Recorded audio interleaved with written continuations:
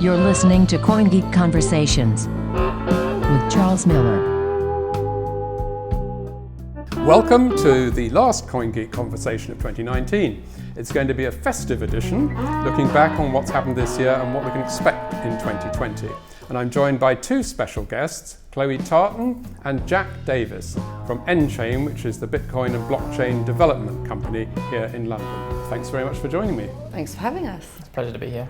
Well, we're going to be taking a look at some interesting moments from people we've heard from this year who are all working in different capacities on Bitcoin SV.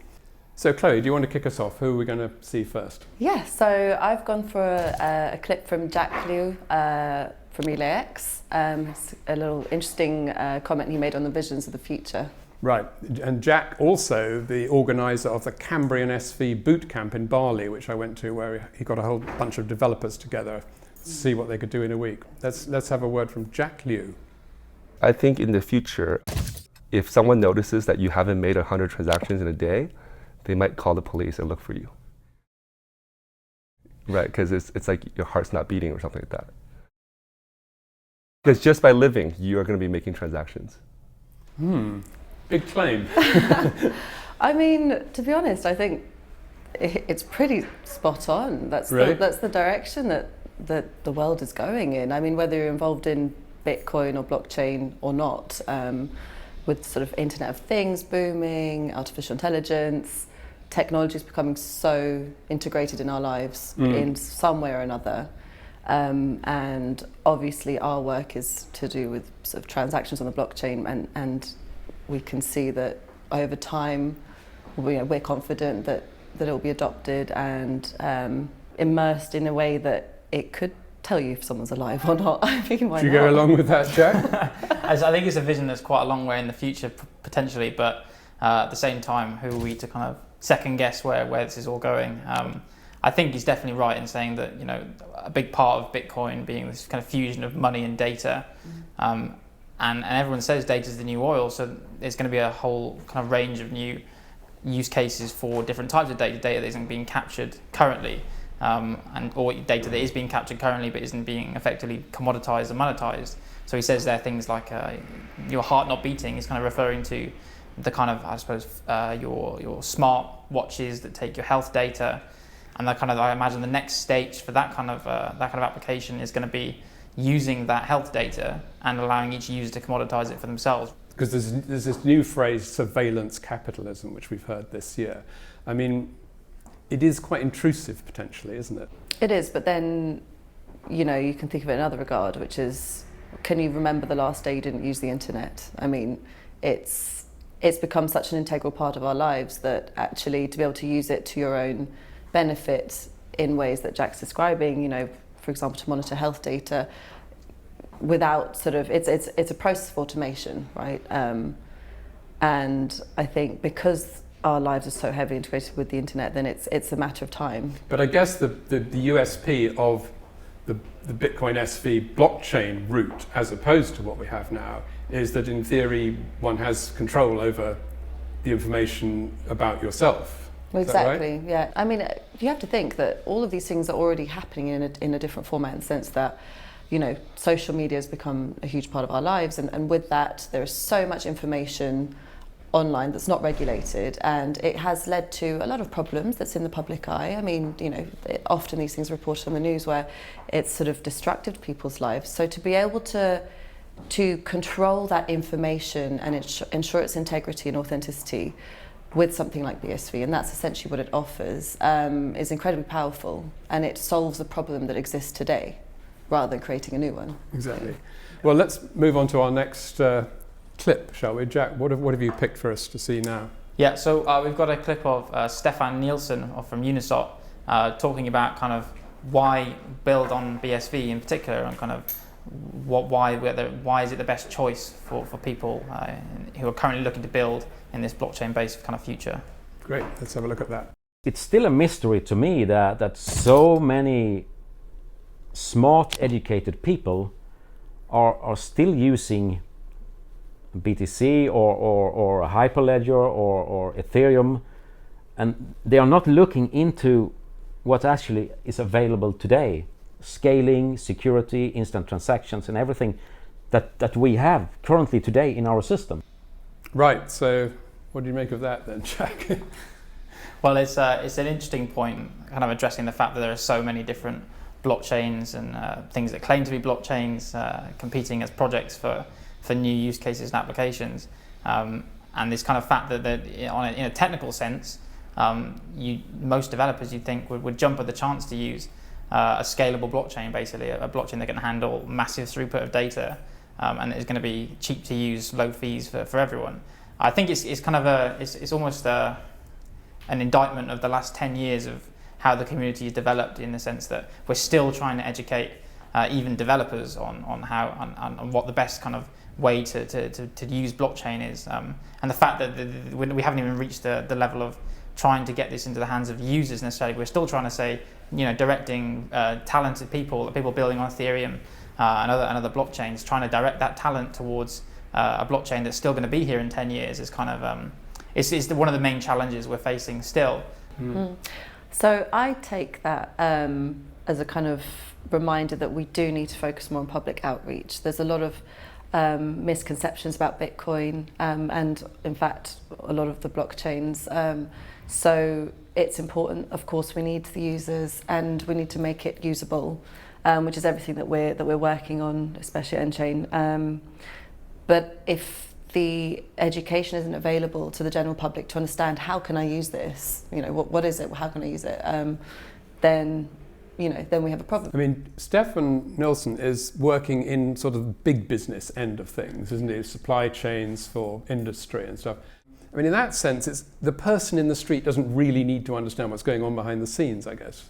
Yeah, it's absolutely right. It's kind of the enterprise corporate kind of education is one of the areas that has basically been lacking, or quality of education.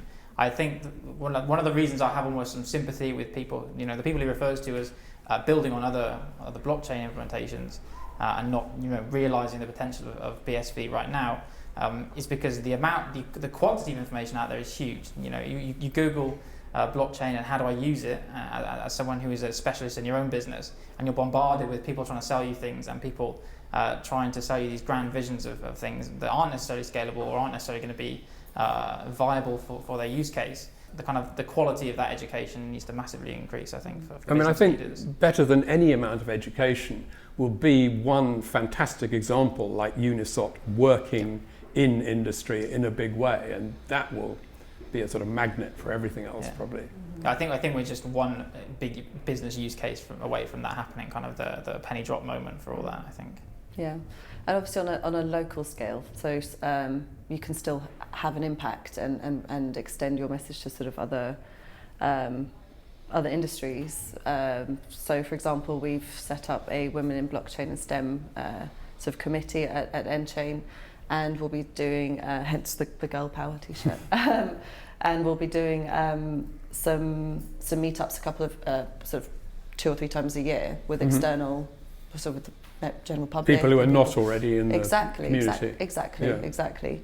Because it is a small community, and I think that we're all kind of set on the vision. We're all believers of it, and so now it's a matter of just explaining that to others, and whether it's the general public or whether it's enterprises. I mean, it doesn't hurt spreading the message. Sure. Now, Chloe, let's take a look at our next contestant. Who have you picked? So I've gone for Matt Dixon from BitBoss.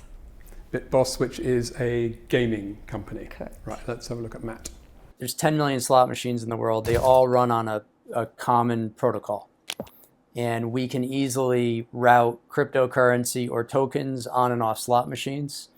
And we hope to replace the ticketing system that when you're at a slot machine, you hit cash out, you don't get cash anymore. You don't get coins, you get a paper ticket. And we think that BSV is the ideal replacement for that. So, Bitcoin SV and gaming. Yeah, so I think there's kind of 2 streams of thought that I took from that. One is obviously the concept, the sort of the power that comes with tokens, tokenizing assets, and obviously in the gaming industry, this is incredibly powerful across the board, from the sense of auditing from the operators in the businesses through to the users who want to have sort of instant redemption of their funds and who want to be able to sort of play across different gaming platforms. But also, obviously, he talks about there being sort of this one underlying protocol, so for the way slot machines work, and this is my interpretation of that, is that it all comes down to this sort of randomness, varying degrees of randomness beneath that, and some of the work we've been doing at nChain with Jack and I have been sort of generating randomness in a provably fair way and ensuring that it's a transparent game for all parties. that sort of principle could be applied to any kind of gambling, not just slot machines or... Exactly, and it's incredibly powerful, and the fact that we can do that on something like the blockchain, which is the sort of unified source of truth, and apply that to any game. At the base level, it's kind of cost cutting and efficiency savings that blockchain can basically give these people. And one of the things that kind of chimes to me is what Matt says is one protocol for all slot machines, and that's exactly the kind of philosophy, right? It's one solid plumbing for all these other applications that come off it. If all the slot machines in the world have their own bespoke protocols that underlie them, then you're not going to be able to implement efficient slot machines. If you're implementing things off a blockchain, you can't have multiple different options. You can't have things changing all the time. I know, Chloe, you were at the Sigma Gaming Conference in Malta. Well, I mean, there is a massive industry. And if Bitcoin SV could get a toehold in that, it could be incredible, couldn't it? In a relatively short time, I would have thought. Absolutely. What was really exciting at Sigma was to see the hunger for more information about how BSV and Bitcoin can be integrated into existing gaming platforms. There's obviously an urge for having more transparency in existing platforms, but also you have to remember this is one of the most regulated industries. They've got a lot of pressure on in terms of sort of auditing, licenses. A lot of money goes towards ensuring regulatory compliance. So if you can present a solution to the industry, not only with a way to keep obviously users happy, but also to cut down costs, to ensure efficiency, as Jack was saying, then it's a win-win for both parties. Mm-hmm. Great. Okay, well now let's move on to the next clip. And Jack, who have we got next? We've got Lisa Lee talking about China. I think in China, maybe over half of the global big blockchain companies based in China, especially those mining companies, mining pools. So in China, it's quite active, like university students and some companies, and also a lot of developers. They also use their part-time to try to do some blockchain projects. Right, so China, that's a lot of possibilities, I think. Yeah, not a small topic to talk about. Yeah, I think it's we've almost got to watch out, everyone who isn't in China, for kind of the amount of development we've seen and will see in the future. I mean, a good example being the MetaNet. We released some documentation on that earlier this year, and then within a few months there's multiple applications coming out of China using it. People like Rate SV putting financial pairs in MetaNet trees, and then you have people like BitMesh bringing out these kind of complex email type systems, and bringing out their own kind of APIs and SDKs for these things. So the kind of rate of building in China is quite impressive. Which is kind of odd, because another thing that Lee said in that interview is about the difficulty of actually acquiring any kind of cryptocurrency in China. And I wonder whether maybe with Bitcoin SV we're onto a good thing, because making an app is sort of not the same as currency trading. Yeah, it's kind of proving that point about the reason for BSV and the roadmap is utility. It creates utility as a payment system for data in general, and then for applications using that data. So in a way, the more discouraging China is about cryptocurrency, the bigger the opportunity for BSV, perhaps. It's one way of looking at it. I don't know. Essentially, yeah. It's. I mean, obviously, there's awful lot of mining, as Lee said as well. Yeah, absolutely. So it's kind of it kind of proves this point that there's so many business models to be building things and making money from using a public blockchain. I mean, mining just one classic example that is huge in China, and now the applications market becoming like the secondary layer of that, I suppose. Yeah, I just really like that, again, blockchain for me stands for financial inclusion, and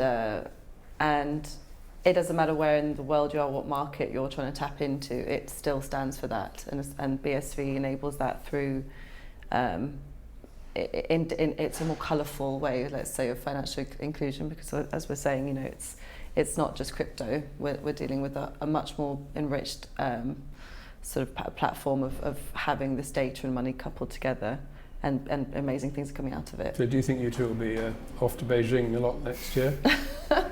Sure. Yeah. They I would want say to pay no. for flights, that'd be fantastic. Yeah.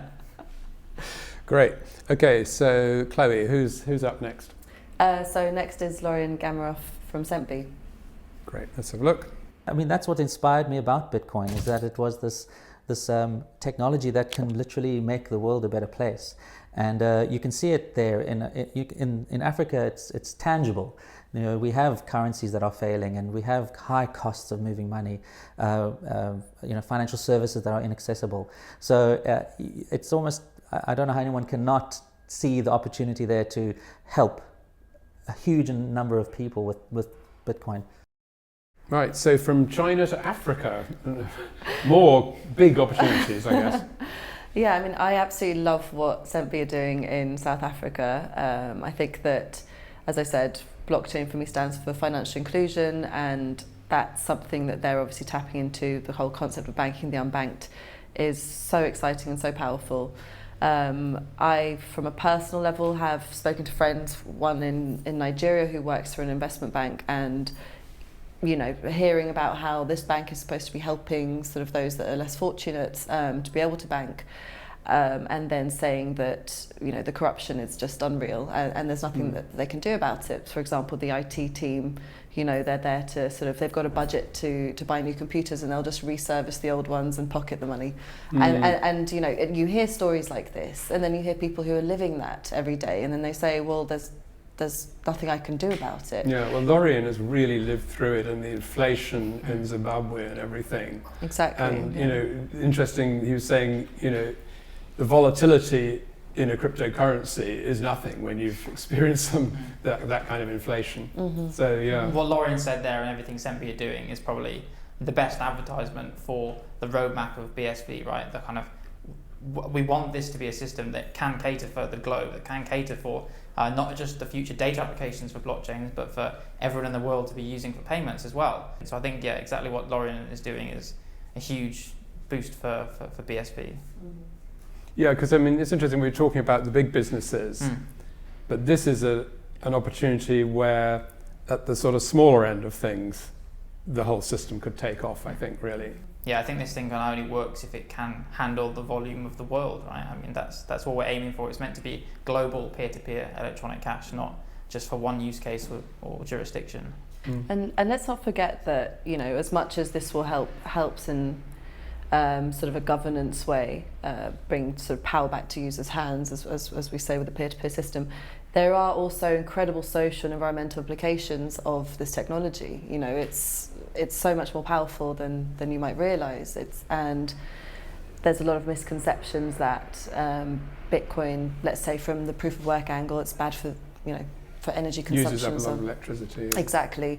And although that might be the case, there are counter arguments that actually, if you were to use it in situations, for example, to monitor supply chains, how much are you saving there? I'm a big advocate of the circular economy, and I think that you need something like a global database and a system that allows you to fully audit sort of any sort of movement of money or goods transparently in order to be able to create a circular economy. I mean, in a way, the difficulty, I think, is that in order to get to that point, I think it's a very plausible argument that in the end it will be saving energy, but you need to have a sort of almost a parallel system in place and working and using energy before you can sort of stop using the one we have at the moment. Yeah, I mean, look, nothing happens overnight. I'm sure that, you know, there are lots of people that are skeptical about, I don't know, the internet or going to space. You know, these things do take time, but you've got to believe in the vision, and you've got to also be an advocate for the good of certain technologies. And I think that that's exactly what Lorian's doing, and I'd love to see more of that. Yeah, the reason Bitcoin even works as sound money is incentives. So if that incentive also incentivizes you to create green energy and use green energy for mining, then that can only be leading in one direction, I think. So, Jack, we've got to our very last clip of the very last program of the year, and I can see who you've picked, and couldn't be more appropriate, but perhaps you'd like to introduce him. Yeah, so no surprise, the final clip this year, we couldn't do it without him, is one from Craig Wright. Let's see what Craig has to say. It's all about power. This is what it all comes down to. See, what people don't understand is Bitcoin with a stable protocol takes away power. If no one can change the protocol, not me, not God, there's no power in money. For anyone who doesn't know, Dr. Craig Wright is the chief scientist of nChain, and as Satoshi Nakamoto, the inventor of Bitcoin, and I guess sort of your boss, Jack, right? Yeah, pretty much. So you've got to be a little bit careful here. But yeah, don't want to lose my Tell job us about now. Craig. Well, I mean, there's kind of 2 points the reasons why I picked that kind of clip to look at. Firstly being, I mean, Craig says it's enough, but I really think Bitcoin is not about decentralization. A lot of people think that, that's the reason this thing works, and Craig has been banging on for a long time now about the fact that that's not really the point. And one of the things, another clip from your show this year when Steve was talking about Steve Shadows, yeah, our CTO, who's talking about Craig always being ahead of the curve, and we kind of clicks in our minds a few months later, and I feel like one of the main realizations I had this year listening to Craig was it's not necessarily that decentralization causes the good properties of Bitcoin and the blockchain. It's decentralization is an outcome of how the blockchain works. So you have this incentive mechanism that secures it. And an artifact of that is decentralization. The fact that people are competing means that we should never centralize by definition. It's not the other way around. It needs to be decentralized to cause this. The other thing I really like about that clip is he's kind of meta commentary, I think, on himself. So he's saying as this thing grows and as the protocol becomes even more stable over time, there's no one who has power in that system. No one is controlling it. And I think he's talking about himself there too. I think a lot of his detractors would say this is something controlled. I mean, I've had Twitter trolls tell me that it's all controlled by one man type thing. And he's telling you in these interviews, and he's said it a number of times, once this thing scales and the bigger it gets, the less power any one player has in this. And there's no way, he's again, what Steve said previously in an interview, he wants to make himself replaceable. I think Craig is quite similar in saying, I don't want this to be about me, I want it to be about everyone, basically. And I think, let's be clear, when we say that the power will sort of be gone, we mean the power will come back to the user. Right. It's not that no one has any power, it's that you each individually have your own power. And that's what's so powerful about it. yeah, exactly. Yeah. Well, look, thank you both very much. I've got your Christmas present hidden under the table. Oh my word. And it is a wonderful Bitcoin SV branded power bank to keep your phone going. Thank you very much. Thank you. But, to make sure that everyone knows I'm alive. Yeah. Yes, exactly. Do your transactions. The SV increases power apparently now. Yeah. So thank you very much indeed. My thanks to Chloe Tartan and Jack Davies of nChain. And if you don't already subscribe to CoinGeek Conversations, please do start subscribing, although we will be off until the middle of January now. Please enjoy whatever festivities you have planned for the coming weeks. And thanks very much for listening. And until 2020, goodbye for now.